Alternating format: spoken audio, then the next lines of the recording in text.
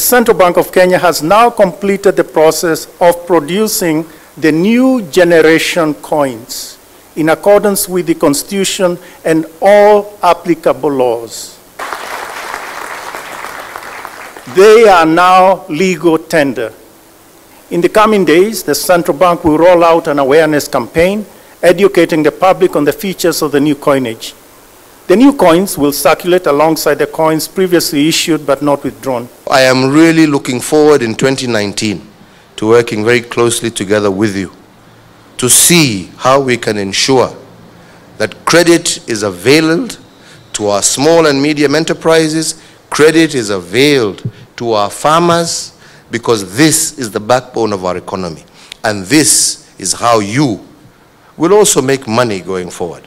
Finally, ladies and gentlemen, it is now my great honor and privilege to launch and unveil the new generation coins of the Republic of Kenya.